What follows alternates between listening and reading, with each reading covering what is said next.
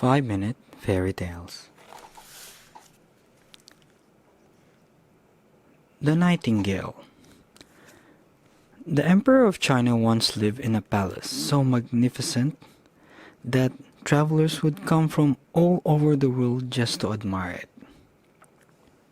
They returned home and wrote books about the delicate porcelain palace and its beautiful garden where the little silver bells were tied to the prettiest flowers and tinkled as you passed by. But most of all, they wrote about the Nightingale, with his exquisite voice that brought joy to all who heard him sing. How can there be such a bird in my empire, in my own garden? Why has no one told me? The emperor exclaimed when he read their accounts. And he demanded that the nightingale should be brought to the palace to sing for him.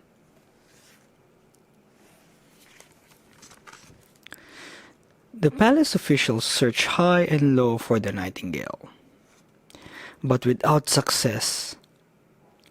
At last, they found a poor little kitchen girl who told them, "I know him well.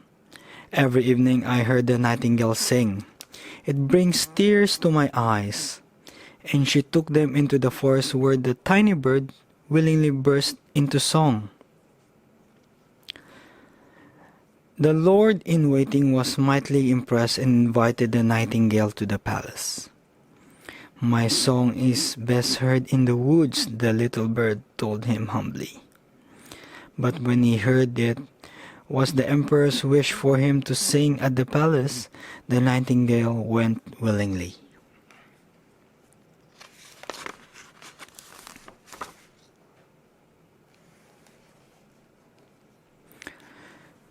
There was a huge excitement in the palace. The flowers, tinkling bells were brought inside the grand hall and in the middle of the throne room where the emperor sat. A special golden cage was arranged for the nightingale. When his moment came, the little bird sang so sweetly that he melted the emperor's heart. The emperor offered to reward him with a golden slipper, but the little bird declined. "I have seen tears in the emperor's eyes," he said. "I have my reward." So he was invited to stay at the court and was given his own cage.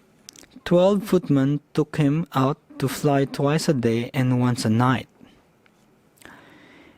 Each one held a ribbon tied to the nightingale's leg. The little bird was soon the talk of the land.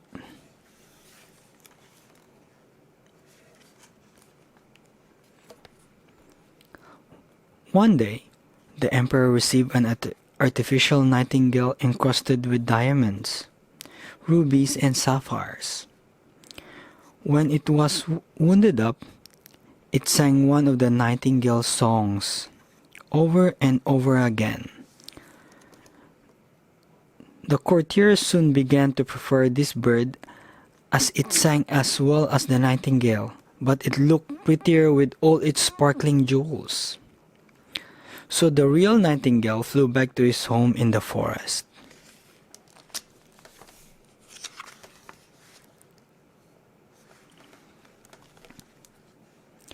The artificial bird has its own cushion beside the emperor's bed and was given the title the Grand Imperial Singer of the Emperor to sleep.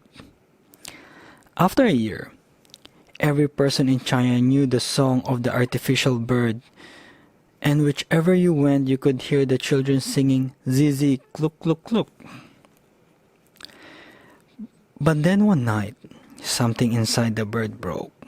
The watchmaker warned that the bird could only sing once a year from now on. Otherwise, the music would stop. 5 years passed, and the real sorrow engulfed the whole country. China's much-loved emperor now fell ill, and the country prepared for a new leader.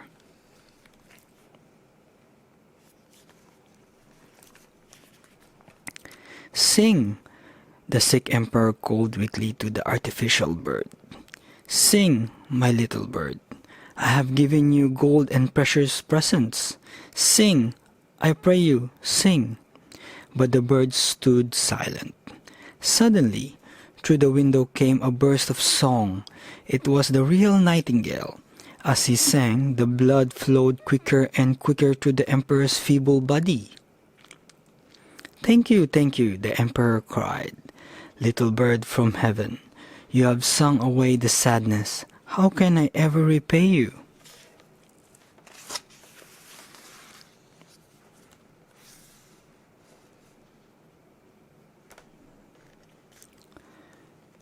You have already rewarded me, said the nightingale.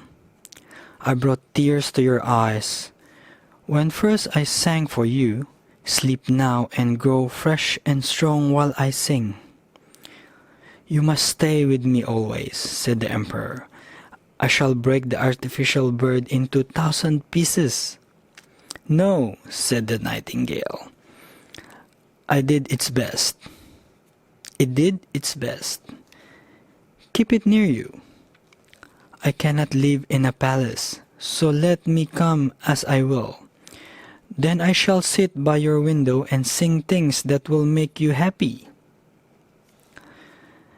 A little singing bird flies far and wide. To the fisherman's hut, and the farmer's home, and to many other places a long way off. I will come and sing to you, if you will promise me one thing. All that I have is yours, cried the emperor. You must not let anyone know that you have a little bird who tells you everything. And away he flew. Early the next day, when the servants came expecting to find their emperor very sick, they were astonished to hear him speak. Good morning, he said, standing proudly in all his fine robes. The end.